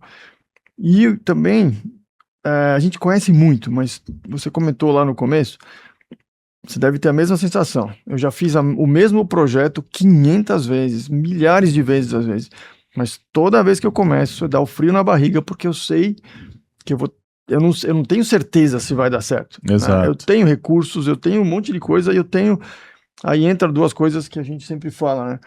Para você ser bom no acta, né, na execução, você tem que ter um grau alto de humildade, porque você não pode achar que você já sabe. Muita gente acha que já sabe o problema, já sei a solução. Então você tem que ter essa humildade, até para desafiar a sua própria teoria, seu próprio conceito que você colocou ali, e na hora de implantar não está tão certo. E a parte do detalhe é muito importante. Um detalhezinho. Recentemente eu mudei a ordem de uma frase e aumentou 30% a conversão, mudar a ordem de uma frase. Então, humildade, sim, aquele friozinho na barriga. Quem quer aquela coisa previsível, confortável, não vai ser consultor, porque cada dia é um desafio completamente... matar um leão todo dia, né, Marcelão? O Marcelão tá começando um projeto hoje aqui, né? A gente já tava lá, e agora, como é que eu faço? Aí a gente tava discutindo os modelos aqui, adapta esse modelo, vê se funciona, tem humildade para procurar os problemas no seu próprio modelo, né? E procura os detalhes. E é muito a quatro mãos. Você comentou lá no começo também que o cliente, a gente tem que fazer junto com ele. Ele espera que a gente vá dizer para ele tudo que ele vai fazer. Não, senhor. Eu vou dar a minha experiência funcional, né, de mesmos problemas muitas vezes. Você tem que trazer a sua experiência como empresário, no seu mercado, que eu nunca vou entender do seu mercado como você, e juntos a gente vai chegar numa decisão e vai implantar e vai começar a colocar em prática e correr atrás dos defeitos daquilo no dia seguinte, né? Porque nunca vai funcionar de primeira, nunca funciona lindamente. Muito difícil. Você põe em prática e começa, bom, não funcionou, ajusta. E é quase que eterno isso também, né? Pô, excelente. Tem esse lado muito de ferramenta, né? A gente estava comentando da parte humana. Eu acho que tem um vocabulário corporativo que é muito fácil de entender para as pessoas, né? Que é o modelo mental fixo de crescimento, né? Que a gente dá os treinamentos de soft skills e tal. Enfim, poderia falar um monte de conceito de neurociência, psicologia, mas coisa prática para a pessoa entender. Cara, tenta observar a forma como você reage, né? A frustração, a situações novas, né? Se dentro da sua cabeça, né? Você está lidando de uma forma fixa, ou seja, você está defendendo, né? Suas crenças ali, suas afirmações e posições com pouco senso de querer renovar ou rever, né, revisitar essas afirmações, ou se você tá disposto, né, não, cara, acho que eu posso estar errado aqui não tem tanta certeza na verdade como eu achava que teria. Então, esse modelo de crescimento, ele é isso, assim, é você entender que, cara, se todo mundo incorpora progresso técnico e cada hora tem uma novidade, não tem como eu ficar fixo, né? Eu preciso conseguir adaptar a minha parte mental sobre isso também, né? Assim, você começa a confundir a sua identidade com o que você faz, aí destruir aquilo que você faz é quase como uma autodestruição. Você tem que segmentar isso. O que eu fiz não tem nada a ver comigo. Eu vou procurar defeito naquilo que eu fiz porque eu quero que aquilo fique bom. Aquilo é uma obra minha, eu quero que ela fique legal, mas não é atacar o que eu estou fazendo, não é me atacar. Então, é legal, assim, que eu acho que o Thiago tem muito esse estilo também. O cliente vem e eu peço que ele critique aquilo. Olha, eu preciso do seu input, eu preciso que você olhe, porque eu não quero ser dono da coisa, eu quero que funcione. Então, para funcionar, quanto mais cabeças estiverem lá dentro e enxergando os defeitos, melhor, né? Então, vamos falar bem da gente se funcionar.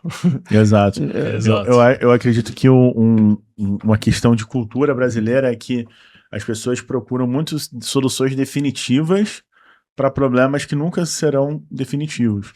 E aí você tem uma expectativa errada, né? É muito normal a gente pegar na consultoria, a pessoa fala, eu fiz consultoria com a empresa tal, eu fiz consultoria com a empresa tal. Nunca vai acontecer de chegar um cliente que reclamou da Octavox, nunca vai acontecer porque vocês têm uma consistência muito grande no que vocês fazem. E o que eu vejo é que isso, às vezes, gera constrangimento ao mesmo tempo nos nossos clientes, porque a gente também compartilha da mesma ideia. O que é esse constrangimento? Eu já perdi cliente que eu fiz a empresa do cara acabar. Porque eu falei, olha, se são 8 sócios e ninguém quer se responsabilizar em a gente contratar um diretor comercial, não vai acontecer. Se são 8 sócios e ninguém quer se tornar nessa cadeira, não vai acontecer.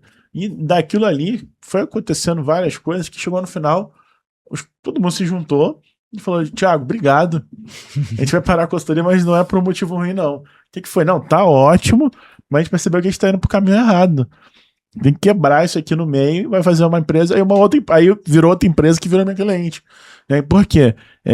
Eu vejo que as pessoas têm uma dificuldade muito grande de lidar com o conflito. E o que o Vitor falou é a realidade, é o desconforto. Todo dia na consultoria você vai ter que lidar com o desconforto. Seja o desconforto de não saber exatamente o que vai acontecer naquela reunião, porque você vem com um monte de coisa às vezes. Marcelo vai viver cada vez mais isso, que tem toda uma ideia, você repassa na sua cabeça tudo que você vai falar, aí chega na hora lá, não, tudo bem, depois a gente fala disso aqui, olha, eu tô precisando contratar aqui, e tô precisando de ajuda, e aí você fala, putz, mudou completamente. Acordei 4 horas da manhã pra fazer isso aqui, cara. CRM ontem lá pro cliente, preparei um monte de coisa assim, um cronograma na minha cabeça, né, puxa, que seguir essa lógica e tal. Ele, não, já uso o Pipe Drive há muito tempo aqui e tal, então tava falando de outra ferramenta já, depois não seguimos nenhum roteiro ali, mas dificilmente a vida real é pra ser assim mesmo. Mas se a gente não estiver preparado, a gente tem que estar preparado, a gente tem que ter o roteiro pronto. Porque se ele quisesse o detalhe do detalhe, eu teria, entendeu? Mas nunca segue o roteiro. Não, eu acredito que tanto na área de vendas, quanto pra gente, quanto consultor, capacidade de diagnosticar, ou seja, você diagnosticou o que aconteceu e mudou o teu roteiro totalmente do que você ia falar, improvisação e ressonância emocional. Então, assim, você tem que entender o quanto que você entende a emoção do outro e modula o que você está fazendo para entender a emoção do outro. Porque eu acho que as pessoas, elas olham muito pro lado racional. Eu acho que, inclusive, eu admiro muito no Vitor isso, esse lance do equilíbrio, né? Dos dois lados do cérebro, assim, que você defende o tempo todo. Você é um cara racional, pragmático, numérico, mas você olha muito pro lado humano da coisa.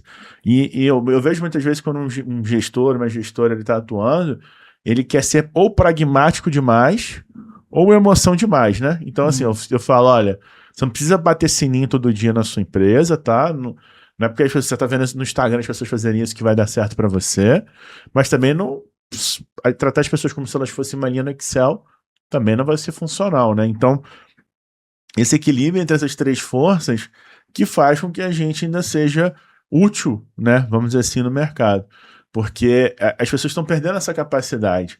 O crivo vai ser uma vantagem competitiva do consultor, do vendedor, da pessoa que trabalha com marketing, não só nessas áreas, mas eu acredito que ter um bom crivo. O que é ter um bom crivo? Eu posso nem ter a experiência naquilo, mas você vai ver que ao longo do tempo, principalmente trabalhando com um mestre desse do lado aí, você vai ver que com o tempo você vai começar a pegar os sinais do que o Vitor falou numa situação e você vai se aplicar em outra.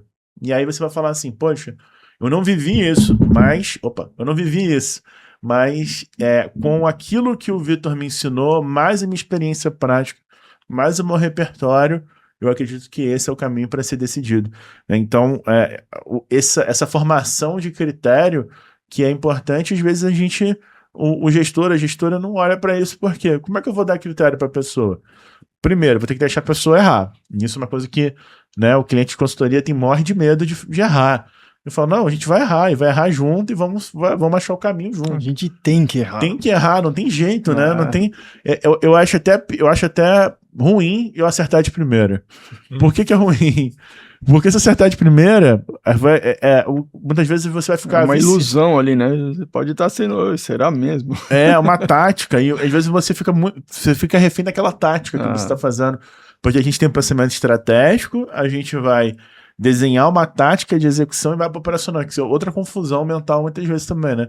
Montar um planejamento comercial, montar uma estratégia de vendas e marketing, ela significa que você vai pensar no ponto A e ponto B que você quer chegar. E aí você cria hipóteses. E aí você vai criar projetos que saturam as hipóteses para que esse projeto vire uma execução. E as pessoas esquecem que tem isso, né? E aí o que acontece? Você tem essa confusão mental ali do tipo, não, agora deu certo, não, agora vamos fazer só isso, Vitor, Marcelo, vamos fazer só isso. Não, inclusive uma das coisas que o livro fala tem uma fonte previsível de geração de demanda, múltiplas fontes de geração de demanda. Porque é isso que dá previsibilidade, porque eu não controlo se o inbound vai estar bom ou ruim, se o outbound vai estar bom ou ruim, se o meu programa de indicação está bom ou ruim, se eu vendo na carteira bem ou ruim nesse mês, né, bem ou mal. Então, assim, olhar, entender que como a gente tem um surfista aqui, né, surfar do jeito que dá. Não, o Vitor vai olhar, não, olha, realmente, essa onda não foi igual a outra, eu não vou mais pegar essa onda. Não tem como, ele toma a decisão na hora lá e vai lá e surfa. Então, assim, as pessoas têm que entender isso, que ter uma área comercial é surfar no caos. Que a gente vai ensinar a tomar menos água, né? Tomar menos tombo. Tomar menos calda, né? Tomar menos calda ali. Revelou o meu esporte aí. Ô, Thiago, eu queria explorar mais essa coisa do erro, cara. Que o pessoal não entende muito bem como é que o erro tá nesse processo. Vamos lá. Eu lembro uma vez que o Marcelo cometeu um erro, não sei se você lembra disso, cara. Qual o Marcelo... Olha só, uma vez que você cometeu... O Marcelo chegou para mim e a gente é meio perfeccionista, né? A gente não pode ser consultor se não for perfeccionista. O Marcelo, perfeccionista que ele cometeu um erro e estava muito preocupado, né? Eu cheguei, Marcelo, você acerta 99% das coisas que você faz. Quando você faz 1% de erro, isso é uma coisa muito importante para a liderança, tá? Isso. Quando a dor de um erro, às vezes apaga 99 acertos. A gente não pode deixar 1% apagar 99, é burrice isso. Eu tenho que incentivar, primeiro, não incentivar a pessoa a errar, mas entender, cara, o erro faz parte de quem faz qualquer coisa. Então eu preciso lidar bem com o erro. Como que se lida bem com o erro? Eu preciso identificar o erro rápido, reconhecer o erro rápido, consertar o que eu puder consertar, e normalmente você conserta, às vezes 100%, 99% se você consertar rápido, aprender com o erro e segue em frente. Então, eu lembro uma vez que você estava preocupado, bem no início, lá na Actavox, quando ele chegou na Actavox, ele muito preocupado, e eu, cara, relaxa. Continua errando. Não lembro mais desse erro, não. Devo ter aprendido, tomara que eu tenha aprendido. E essa questão é importante para a gente como consultoria, como líder, né? E nas empresas como liderança, você queima a iniciativa se você punir muito o erro, porque o erro é muito doloroso no cérebro da gente. Uma punição, um não, apaga 30 sims. E por isso que em vendas a gente ensina o pessoal, né, a lidar bem com o não. O não, para de ver o não como uma coisa ruim. Você precisa de 30 nãos para ter um sim. Então, cada não que vem, interpreta como um não mais perto do sim. Oh, que legal, mais um não. Se você não muda esse mindset, você destrói tua iniciativa. Vendedor que não sabe lidar com não é um bom vendedor. A gente sempre tem mais não do que sim. Exato. Sempre fracassa mais do que acerta. Mas você tem que correr atrás, tem que ter energia, né? E eu acho que isso tem muito a ver com o trabalho de construir máquina de venda, porque existem dois tipos de erros, assim, quando eu vou montar a máquina de vendas. O que a gente vê? Existem os erros que são falhas de execução. Então, existe um processo, existe uma governança, mas aquilo é mal construído, ou seja, aquilo tem falhas, né, que são imperceptíveis, ou entra muito numa coisa que você falou que é brilhante, que são os detalhes. Que poxa, se eu não sigo uma cadência corretamente, eu nunca vou ter números para entender se aquilo funciona ou não. Se eu não faço determinadas perguntas para o cliente, eu não vou entender certas informações para entender se aquela empresa vai para frente ou não, por exemplo. Então tem vários detalhes que as pessoas falam para você que sabem e que estão fazendo, mas que no mundo real elas não estão executando direito. Então acho que essa seria a primeira característica. E existe uma outra característica que é o gap. Coisas que deveriam acontecer e não existem. Então, né, indústrias que a gente trabalha que não tem política comercial. Então isso é um gap. O que é a política comercial? Eu falo que é o serviço de atendimento ao vendedor. O diretor da empresa, a gestora é o saque do vendedor. Pô, quero vender por tanto. Pode, não pode? E aí você não tem uma política comercial. Então isso é um outro tipo de, eu acho que o tipo de erro. E aí quando você vai para a parte operacional da coisa, aí isso se torna mais alarmante ainda. Porque se a pessoa tem medo de dizer que ela vai errar, ou que ela errou, como é que você vai aprender? Porque você precisa saber, ter visibilidade do que aquela pessoa está fazendo na ponta. Senão, o que vai acontecer? Você começa a ter visibilidade quando o contrato está fechado. E acontece tanta coisa importante na jornada do cliente antes do fechamento, que se a pessoa não sabe lidar com o não sabe lidar com o fracasso, ela não vai trazer para você e a gente não vai descobrir o que tem que melhorar, né? Inclusive, o case da Monume foi isso. A gente entendeu algo que era uma virada de chave na qualificação e dali as coisas começaram a reverberar em várias outras coisas que a gente foi fazendo, que foi entender o que a gente abria a mão e o que a gente focava. E quando eu vou olhar para os projetos, normalmente, né, ter esse crivo que a gente estava falando naquela hora é isso.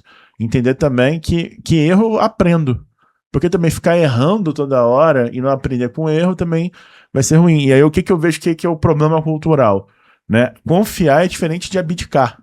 E aí tem líder que às vezes abdica de acompanhar as coisas. Não, fulano de tal, já trabalha aqui há muito tempo, eu confio nele. Não preciso mais falar nada não. Ele vai saber fazer o que tem que fazer. E às vezes não vai ser isso que vai funcionar na prática. Não vai ser isso que vai ser funcional ali. Perfeito. Tiago, uma última pergunta aqui que eu tenho, pelo menos minha, não sei se o Marcelo tem. A gente falou sobre problema de déficit de atenção, né? A janela de atenção vai diminuindo. A gente está sendo... o celular faz a gente ter muito pouco... uma janela de atenção muito curta. Como que você vê isso em treinamentos? Como é que você consegue captar e manter a atenção do pessoal nos treinamentos, pessoal, e principalmente no remoto, né? A gente faz presencial, um pouco mais fácil de captar. Mesmo assim, como é que você faz para manter a atenção do pessoal? É raro a gente fazer workshops, porque a gente criou um processo que é um ciclo de aquisição de competências. Então eu faço treinamento ao vivo com a pessoa no que ela está vivendo. Então a gente pega um ciclo de 7 semanas com aquele time comercial e eu paro para resolver um problema específico e um consultor sênior acompanha aquelas pessoas 2 vezes por semana. Então a analogia que eu gosto de usar é que a gente chega na empresa, ela está jogando vôlei. Eu chego e falo, olha, semana que vem vocês vão aprender a chutar. Aí todo mundo, chutar? Por que não? Vai ser legal. Aí na outra semana eu ensino a usar o ombro. Na outra semana matar a bola no peito. Na outra semana eu chego, aqui onde era piso virou areia, para ficar 2 pessoas de cada lado, e isso aqui é futevôlei, agora vocês jogam futevôlei. Então eu quebro o aprendizado em pequenos passos que são conferidos ao vivo e que geram um compromisso cultural. E aí isso faz com que o projeto ele ande. Então essa foi a solução que a gente encontrou para lidar com essa sensação de que você tá falando sozinho. Às vezes, quando eu vou dar um treinamento formal assim, a pessoa tá, né, quando tá no remoto, você vê que o olhinho da pessoa tá olhando pra um monte de coisa menos pra você. E o brilho na tela? O brilho na tela... Se usa óculos sem anti-reflexo. Anti-reflexo, fica lá o brilho na tela trocando ali. Isso né? quando a câmera tá aberta, né?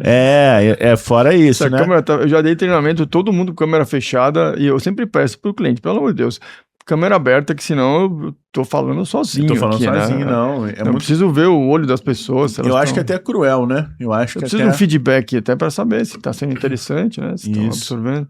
E eu acho que isso, as pessoas estão perdendo muita humanidade e empatia nesse sentido, sabe? Eu lembro de uma vez que eu fui dar um treinamento e umas 2 ou 3 pessoas falaram assim pra mim, Thiago, você tá reclamando o tempo todo da gente ligar a câmera e tal, você não sabe o que a gente tá passando. Tipo, pô, peraí. Essa empresa tem um problema de cultura que o treinamento não vai resolver. Entende? Então, assim, eu acho que hoje, quando a gente olha para treinamento corporativo, às vezes a empresa ela descarrega uma expectativa na gente naquele treinamento, que é algo pontual, que não vai ser resolvido. A gente até, quando a gente for lá para a promessa do curso, eu vou te dar as ferramentas, vou te ensinar na prática, você vai se dar ali com um plano de ação. Só que se você não executar, a responsabilidade é sua, não é minha, do Vitor e da Receita Previsível e da ActaVox. Então, o problema que eu vejo hoje cultural é quando o treinamento ele é contratado como uma bengala corporativa para transferir uma responsabilidade que é da execução. E a execução é do gestor, da gestora. Então, inclusive, isso é um ponto que eu pego muito quando eu vou dar workshop, que olha, se não tiver todo mundo com a câmera aberta, ou se a pessoa não justificar porque ela não está com a câmera aberta, eu nem continuo. Eu já parei o workshop no meio e falei, não vou fazer. Falei, cara, você tá me pagando pra eu ficar falando sozinho aqui, aí você pega um vídeo vai lá no Udemy, lá tem curso do Receita lá, pô, compra lá, R$39, pô. E também a gente não trabalha pelo dinheiro, né? Exato, o dinheiro não é bom, sobre a grana, a gente quer, mas eu quero passar alguma coisa, eu tô aqui dando material maravilhoso, rico, super útil, e é muito frustrante quando acontece isso. E eu acho que eu prefiro perder pela verdade do que ganhar pela mentira, claro, né? Sem porque dúvida. Eu prefiro perder aquele cliente porque eu falei aquilo que eu acredito do que fazer uma coisa que a gente não acredita, né? Acho que a gente compartilha muito desse valor. Exatamente. Que se você não tá entendendo que esse é o jogo, tá errado.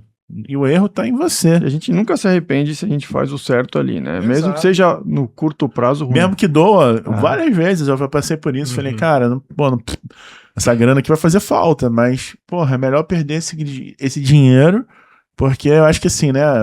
Independente de crença, Deus, universo, que você acreditar, física quântica, né? Mas Deus abre uma porta e fecha uma porta e abre uma janela, às vezes. Então, às vezes e às vezes você ganha muito respeito das pessoas. Eu passei por uma experiência muito interessante quando eu saí dessa sociedade anterior que eu tive e entrei no Receita Previsível, que até hoje existem pessoas que me procuram que trabalharam comigo lá. Seja para tomar um café e pedir uma ajuda num ponto, ou para trabalhar, fazer algum projeto junto. E você vê que foi porque eu era muito firme nas coisas, né? Eu falo sempre que a gente tem que ser muito amável com as pessoas, tem que ser gentil, tem que ser acolhedor, mas tem que ser rígido no processo. Tem coisa no trabalho que é binário, fez ou não fez, né? Saiu ou não saiu, vendeu ou não vendeu. E tem coisas que são cinzentas, que às vezes o cara vai realmente errar o forecast. E beleza, vamos entender como a gente diminui essa margem de erro, né? Então, eu acho que as pessoas precisam olhar muito para isso. Então, o treinamento, a gente faz hoje o que a gente chama de ciclo de aquisição de competência. Faço ao vivo e a pessoa tem que mostrar. É uma situação que, para a empresa que está com problema de cultura, não recomendo, porque fica constrangedor. Eu falo, abre o CRM, compartilha a tela aí, deixa eu ver. E aí, vamos ver. Semana passada você falou que ia fazer isso. E aí, se a pessoa não faz, aí a internet cai, ela fica triste e tal. Então, é para ser desconfortável, né? Eu falo sempre que ninguém aprende a lutar comprando kimono, ninguém aprende a nadar vendo vídeo no YouTube, ou não aprende a tocar guitarra fazendo um solo de metal do dia pra noite. Então, assim, por que você acha que você vai me ver uma vez na vida e você vai sair daqui sabendo tanto quanto o Vitor, eu, o Marcelo, todo mundo que, tá estudando e trabalhando todo dia? Então, faça, porque a partir do momento que você faz, eu tenho a oportunidade de te ajudar a melhorar. Você entender outros caminhos para você fazer aquilo melhor da outra vez, né? Então, a entrega, né? Eu acho que transformar negócio com educação é isso. Óbvio que eu quero que seja o mais divertido possível, seja o mais leve possível, mas aprender não é tão confortável assim o tempo todo, né? A gente vai queimar caloria aí para poder o nosso cérebro funcionar.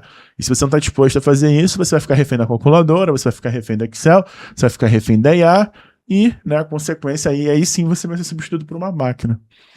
E, Thiago, esse nosso projeto, esse curso aberto, curso livre que a gente tá lançando aí sobre incentivo de vendas, tem uma característica muito legal que todo curso aberto tem. As pessoas estão lá porque elas querem. Isso faz toda a diferença. É muito comum, você sabe, a gente faz treinamento corporativo, a empresa quer que o pessoal faça o treinamento, mas quem está lá não quer fazer. É terrível, não tem como você ensinar alguém que não quer aprender.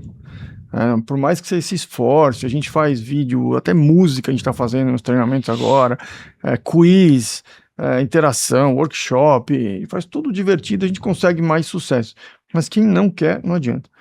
E vamos falar um pouquinho do nosso projeto aqui, né? Porque o pessoal que vai lá quer aprender como fazer uma fórmula de remuneração variável, como resolver esse abacaxi nas empresas. O pessoal, assim, eu vejo, você deve conhecer também, tenho casos de empresas enormes, gigantes, com modelos de incentivo de vendas horríveis. Exato. Tendo que demitir vendedor, porque o vendedor ganhou muito, ele não pode ganhar muito, vou ter que demitir ele no mês que vem. Não calcula a margem corretamente para entender quanto da sua margem vai estar destinada ao seu sistema de área comercial, e aí você começa a virar... O vendedor para de vender para novos clientes porque ele fica vendendo só para carteira. Ele ganha um puta salário, e esse puta salário, às vezes, come a margem da empresa, né? Uhum. Então isso é um problema que a gente vê todos os dias.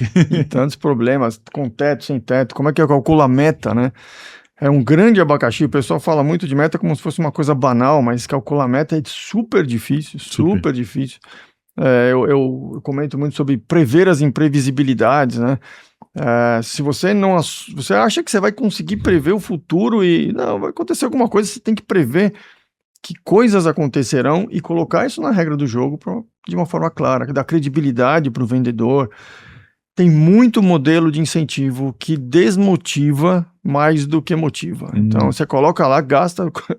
Tinha um caso uma vez que o vendedor ganhou na época R$120 mil e ficou super desmotivado porque achou que deveria ter ganho mais e achou que tinham roubado ele. Então, você faz um modelo, gasta uma fortuna e se desmotiva. É melhor não ter nada se você vai fazer um modelo que vai desmotivar, né? Então, é melhor não ter nada.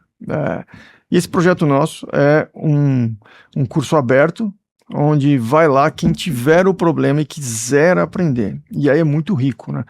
Quando você dá um curso para as pessoas que querem estar lá, assim, um aprendizado, a gente dá um material que é top, né? Que é primoroso, o pessoal aproveita muito aquilo. Tem gente que até concorre com a gente depois, né? E é bom porque tem 18 milhões de CNPJs no Brasil, pô, tem que tomara que aprenda e depois concorra com a gente também. Se fizer bem feito, tá ótimo. Tá ótimo, né? Exatamente, a gente precisa de bons concorrentes, né, Vitor? Porque de ruim já tem muito já.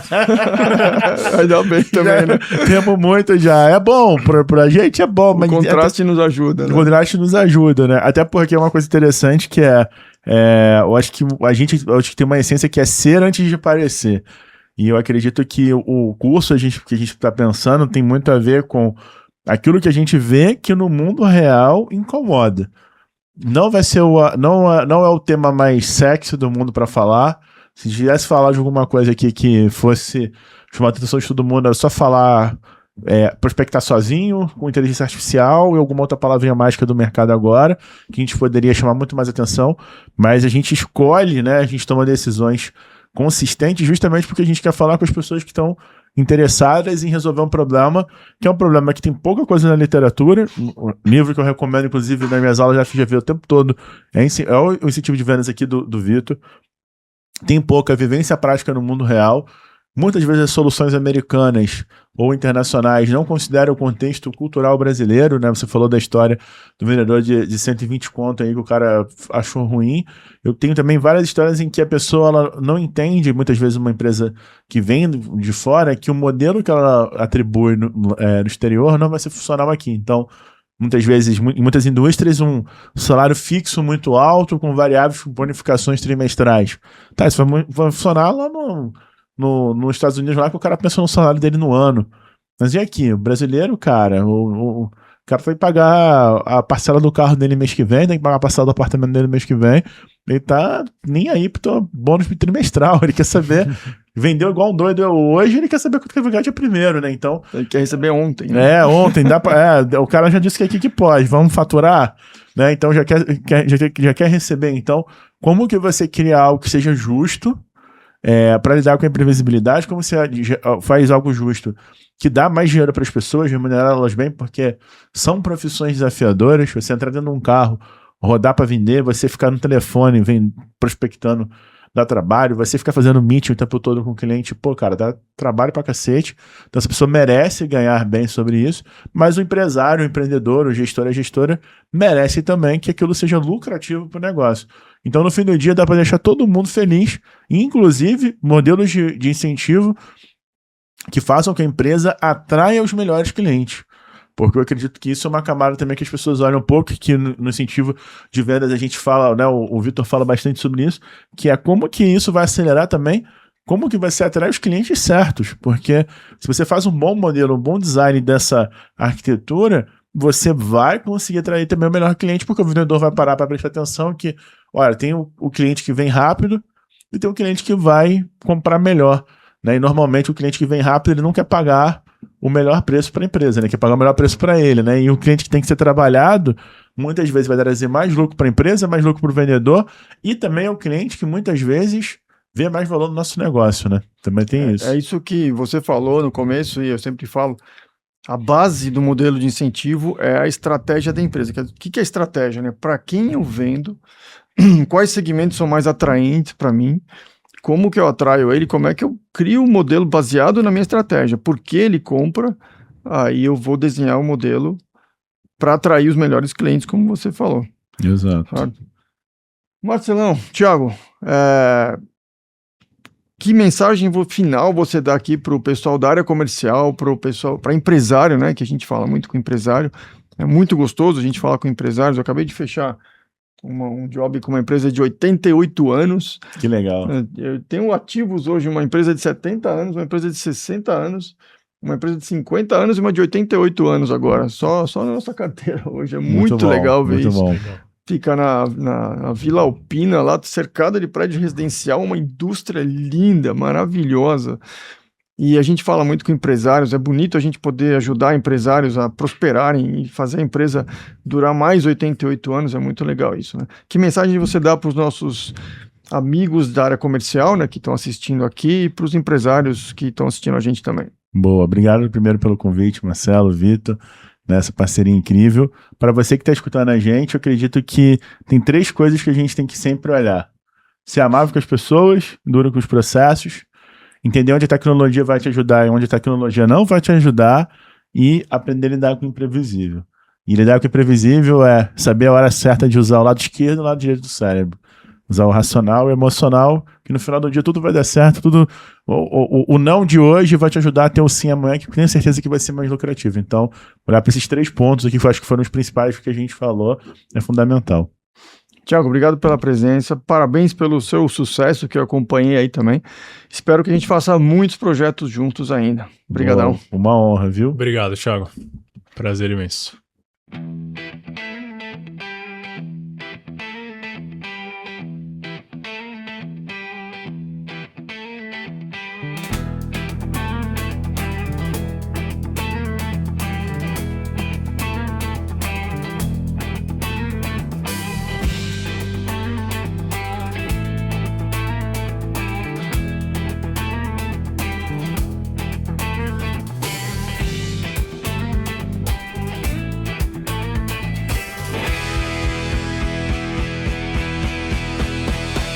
Teoria e prática em vendas.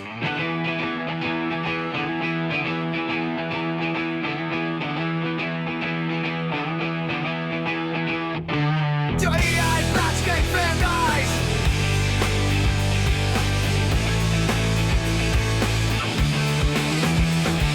Teoria e prática em vendas.